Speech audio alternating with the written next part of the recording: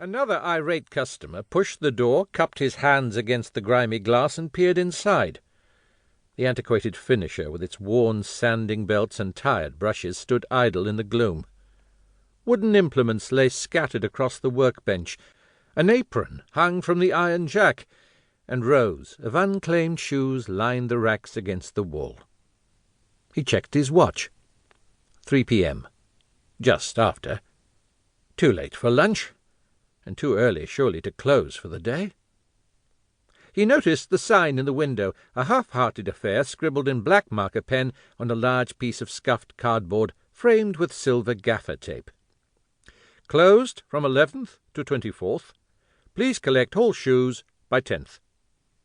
He pulled his phone from his pocket and checked the date. It was Tuesday 10th, and the cobbler was nowhere to be seen. The customer cursed.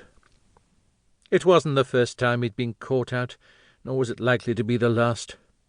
A furious young lady, glowering with rage, stormed towards him, glanced inside the shop, and rattled the door. She swore under her breath before demanding to know if he'd seen Rudy. The man held up the receipt for his loafers, and shook his head apologetically. Reuben Rudy Kappelhoff was to the envy of many a man half his age, too fit, too healthy, and, with his rugged complexion, too handsome for a 60-year-old. He sat on the grass, bike by his side, his grey sweatshirt drenched with perspiration, and gazed out across the Firth of Clyde. A brisk breeze tousled his mop of thick white hair as he swigged Macri Moor from a pewter hip-flask. He ranted under his breath, bemoaning the haughty, supercilious dunderheads who plagued his shop with cheap but fashionable shoes held together with nothing more than a good dollop of optimism. He was one of a dying breed, and to all intents and purposes peerless. His only competition, if they could be regarded as such, was a kiosk located on the lower ground floor of a shopping mall approximately 6 miles away. Unlike his rivals, a franchised chain whose reputation was built on speedy repairs using inferior stock, Rudy was a traditionalist, a professional, a craftsman with a faultless attention to detail. As a young man in Dörpling, where he'd honed his skills under the watchful eye of his father, he'd learned that the best reward for his efforts was not the cash that lined his pockets, but the gleaming smiles of gratitude from the farm hands and labourers upon whose boots he'd bestowed a new lease of life. Unfortunately, his diligence in repairing shoes was in pitiful supply when it came to timekeeping, which, much to the annoyance of his faithful customers, could be described at best as erratic and unreliable.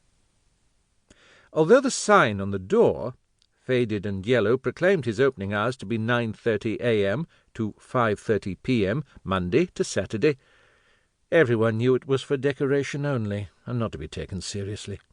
Depending on his mood, he might work for an hour or two one day, 18 hours straight the next. But then again, some days he may not turn up at all.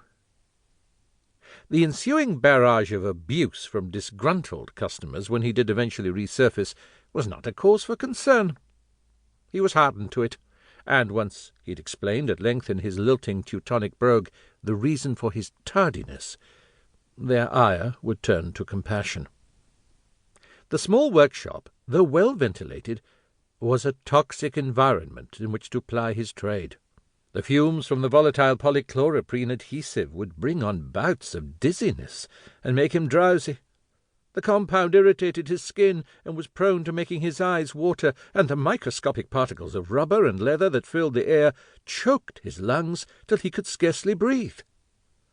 As a consequence, for the sake of his health, he had no choice but to rest and recuperate, which invariably involved riding his bicycle from dawn till dusk, his head wrapped in his trademark bandana, his brow furrowed with a steely determination.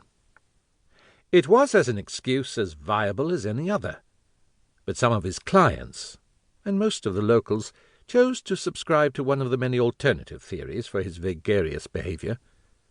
There was, for example, the rumour that the real reason for his punishing excursions along the craggy Greenock Cut to Cauldron Hill was to work off the hangovers, that he was in fact a recovering alcoholic who frequently jumped off the wagon